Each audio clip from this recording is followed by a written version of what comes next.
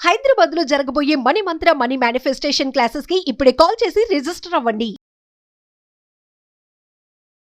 నమస్తే రమ్మగారు. నమస్తే సార్. రమ్మగారు, వ్యక్తిత్వ వికాసం కోసం మనం ప్రతిరోజు చేయాల్సిన ఒక 5 పనులు చెప్పండి రమ్మగారు.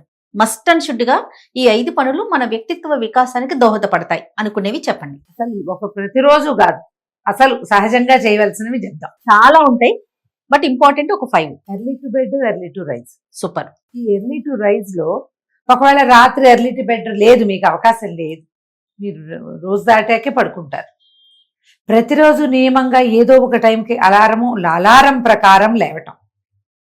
కొన్ని నియమాలు పెట్టుకుని మీ నియమాన్ని మీరు ఎప్పుడు ఉల్లంఘించద్దు.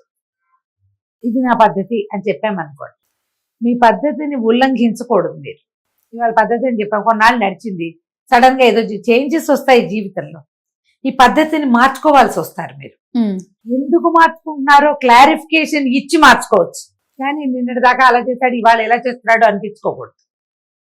మీరు ఒక టర్న్ తీసుకున్నారు, ఒక చేంజ్ తీసుకున్నారు, ఆలోచన విధానం మార్చుకోవాల్సి వస్తుంది. మనిషి అన్న ప్రతివాడు మారాల్సిందే.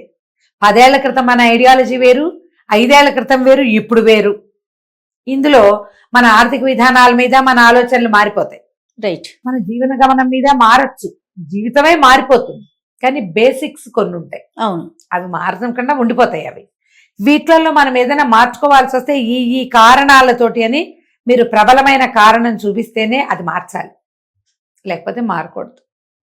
మూడోది, ఎప్పుడు మనం వస్తామని చెప్పాలి, అబ్బే నేను చేసేస్తాను అని చెప్తాం అనుకోండి, చేయలేకపోతాం. ఈ పర్సనాలిటీ డెవలప్మెంట్లోనే ప్రధానమైనది ఏంటంటే కీపింగ్ ప్రామిసెస్. చాలా ఇంపార్టెంట్ చేయాలి. కీపింగ్ ప్రామిస్ అంటే నువ్వు ప్రతిదీ ప్రామిస్ చేసి దాన్ని కీప్ చేయాలని కాదు. నువ్వు ఏది కీప్ చేయగలవో, ఏ పని నువ్వు చేయగలవో దానికే ఒప్పుకో, ప్రామిస్ చేయి, అదే ప్రామిస్ చేయాలి.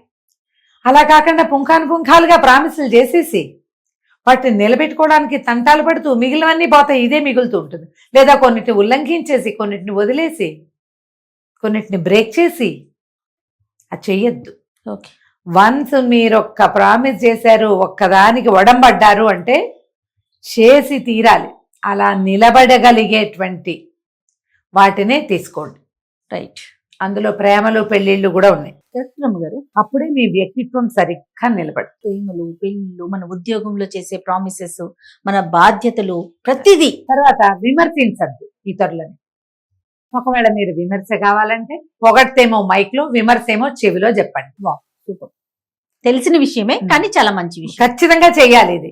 అబ్బా ఎంతో బాగా చేశారు, చాలా బాగా మాట్లాడారు, ఇతరులకు వచ్చాక ఏమండి మీరు ఆ వాక్యం చెప్పారు అదంతా సరైనది అలా అనిపించలేదండి అని చెప్పేయచ్చు. అదే మీరు ఫైనే చెప్పేశారనుకో, అప్పుడు ఏమవుతుంది, పబ్లిక్ లో ఆ పక్కవాడు వాడవుతాడు, వాడికి వీడికి మీకు ఫ్రెండ్షిప్ పోతుంది. మీ వ్యక్తిత్వ హననానికి వాళ్ళు పాల్పడతారు, మీ క్యారెక్టర్ అసాసినేషన్ కి వచ్చే అవతల వాడు తెగబడిపోతాడు. కాబట్టి మీరు డెవలప్ చేసుకున్న పర్సనాలిటీ ఉందిగా, దాన్ని బాడి చేసుకోవద్దు పొరపాటును కూడా. కానీ ఇలా పర్సనల్ గా చెప్పడం అవసరం అంటారా రమ్మగారు? అంటే వాళ్ళకి మనకి ఉన్న స్నేహాన్ని బట్టి కొంచెం స్నేహం ఉంది, వాళ్ళతో పరిచయం ఉంది, చెప్పచ్చు. ఓకే, ఖచ్చితంగా చెప్పచ్చు. చెప్పాలా చెప్పకూడదా అని అడిగితే అది మీరే ఆలోచించుకోవాలి, కానీ చెప్పచ్చు. అదే మీరు అన్నట్లుగా పర్సన్ తో మనకున్న రిలేషన్ బట్టి. రిలేషన్. రెండోది ఇంకోటి ఏం తెలుసా, అవతల వాళ్ళు తీసుకుని అవతల వాళ్ళు ఉక్రోష పడిపోయి ఉడుకుపోతారు, వచ్చి కోపం తెచ్చుకుని అలా చేసేవాళ్ళు కాకపోతే మీరు ఆలోచించుకోగలుగుతారు కదా. అదేలేండి. ఆలోచించి జాగ్రత్తగా కానీ ఖచ్చితంగా చెప్పచ్చు. నేను ఈ పర్టికులర్ మ్యాటర్ మీద నేను ఏకీభవించట్లా, నేను అక్కడ మిగిలిన విషయాలు అవన్నీ బాగున్నాయి, మీరు చెప్పిన ఈ మ్యాటర్ నాకు ఎక్కలేదు, లేదా ఇది సరిగా సోదరా దీన్ని సరి చేసుకో, అమ్మా ఇది కరెక్ట్ కాదమ్మా అలా అనకూడదు అని ఒక మాట చెప్పుకోవచ్చు. ఏం తప్పులేదు. జ్ఞాపకం పెట్టుకోవాల్సింది ఏంటంటే, ఇప్పుడు ఈ పొగడ్త విమర్శ చెప్పామా, ఇది ఇంట్లో ఆడవాళ్ళ దగ్గర కూడా చేయొచ్చు. భోజనాల దగ్గర కూర్చుంటారు, ఏదైనా బాగుండకపోతే ఎంత విమర్శిస్తారో, బాగుంటే మాట్లాడరు, తినేస్తారు శుభ్రంగా.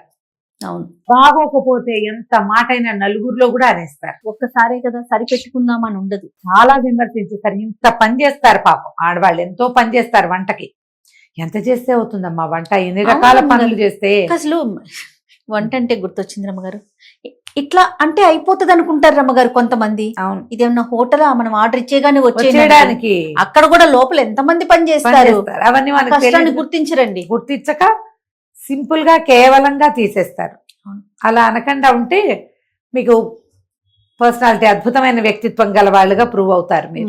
మనల్ని చూసే కదా పిల్లలు నేర్చుకునేది. అదే ప్రతి కదా. దానికి జస్ట్ ఒక కూర బాగోకపోతేనే మీరు 100 మాటలు విమర్శించేస్తే పిల్లలు ఏం నేర్చుకుంటారు? దీంట్లో చిట్ట చివరిది ఒకటి చెప్తాను చూడు. చెప్పండి. మార్పుకి ఎప్పుడు రెడీగా ఉండాలి. ముందు మనం ఏం చెప్పుకున్నాం? Early to sleep, early to rise. ఒకటి. రెండోది, ఏది పొరపాటును కూడా మీ విధానాల్లో మార్పు తెచ్చుకోవద్దు. మారిస్తే ఎందుకు మార్చామో చెప్పగలిగేలాగా ఉండాలి. అంటే దీంట్లో చిట్ట చివరిది మన డెవలప్మెంట్ ఎలా వెళ్తుంది? మనం డే 1 లో ఎంత ఉన్నాం మనం కదా. వీడు రోజు రోజు నేర్చుకుని ఒక పరిపూర్ణ మానవుడు అవుతాడు. అవును, మనం అంతా అటగే అయ్యాం. ఒక స్టేజ్కి వచ్చాక నేను ఇలాగే ఉంటా అనకూడదు. నేర్చుకోవాలి. పరుగు నిత్య విద్యార్థిగా ఉండి ఏదైనా ఆరోగ్యవంతమైన అవసరమైన మార్పులు స్వీకరించడం వల్ల మనకి మంచిదే అని మనం అర్థం చేసుకోవడానికి ఓపెన్ మైండెడ్గా ఉండి సబాన్గా నేను ఇంక ఇప్పుడు మారం అని అనకూడదు. మామూలుగా మారరు చాలా మంది. ఇప్పుడు మనం దీని మీద ఒక విషయం నన్ను చూసి నేను చెప్పిన చాలా వీడియోలు మేము ఈ విషయాలు విని మేము చాలా నేర్చుకున్నామమ్మా, జీవితంలో చాలా మారేము, ఇలాంటివి కొంతమంది చెప్తారు. నువ్వు కూడా వింటావు కదా. అవును, చాలా మార్పు వచ్చింది ఆవిడ వల్ల, నా వల్ల. అంటే నేను చెప్పిన కొన్ని మంచి మాటల వల్ల. నేనంటే ఇది ప్రవచనకర్తని కాను కదా, నేను పెద్దక్కయ్యని కదా, హోమ్లీగా చెప్తాను. నేను ఈ చెప్పిన మాటలు నచ్చటం వల్ల కొంతమంది మారేమంటారు.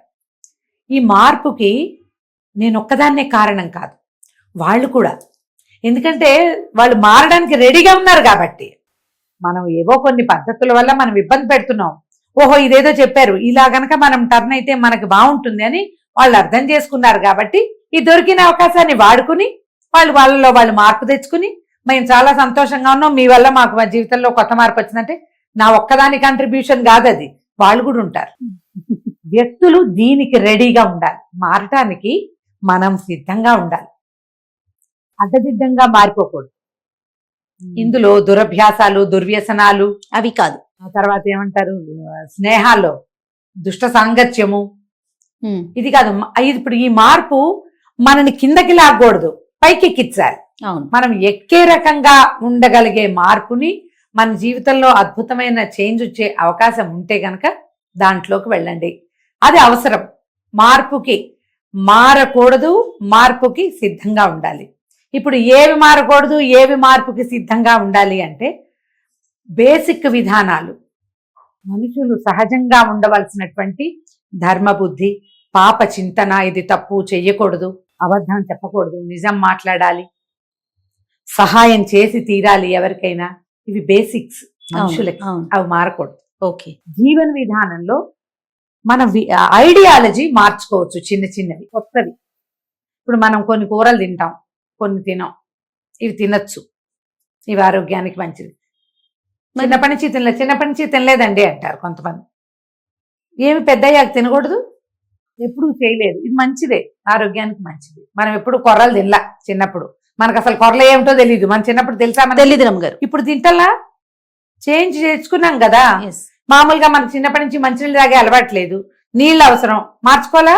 అట్లా కొత్తవి. ఇప్పుడు ఈ సోషల్ మీడియా చెడ్డది, మేము టీవీలు చూడం, సోషల్ మీడియాలోకి వెళ్ళాం, దాంట్లో ఎన్ని మంచి విషయాలు ఉన్నాయి, మంచి కోసం కొన్ని తెలుసుకోవచ్చు కదా. డెఫినెట్. ఇట్లా ఆలోచించండి. ఈ 5 పాయింట్స్ కనుక పెట్టుకుంటే ఎప్పుడు మనం వ్యక్తిత్వ వికాస నిపుణులుగానే ఉంటాం. అంటే వ్యక్తిత్వ వికాసంతో ఉంటాం. నిపుణులుగా ఉండకపోయినా మన వ్యక్తిత్వం అయినా సరే, మన ఓన్ పర్సనాలిటీ అయినా ఫ్లరిష్డ్గా, వికసించినట్టుగా, పరిణతి చెందినట్లుగా, మనతో పాటు ప్రపంచానికి కూడా మనం ఉపయోగపడేలాంటి ఒక మనిషిగా మనని ఈ పాయింట్లు తీర్చిదిద్దుతాయి. ఆలోచించి చూడండి. తప్పకుండా రమ్మగారు. నమస్తే. నమస్తే జయ.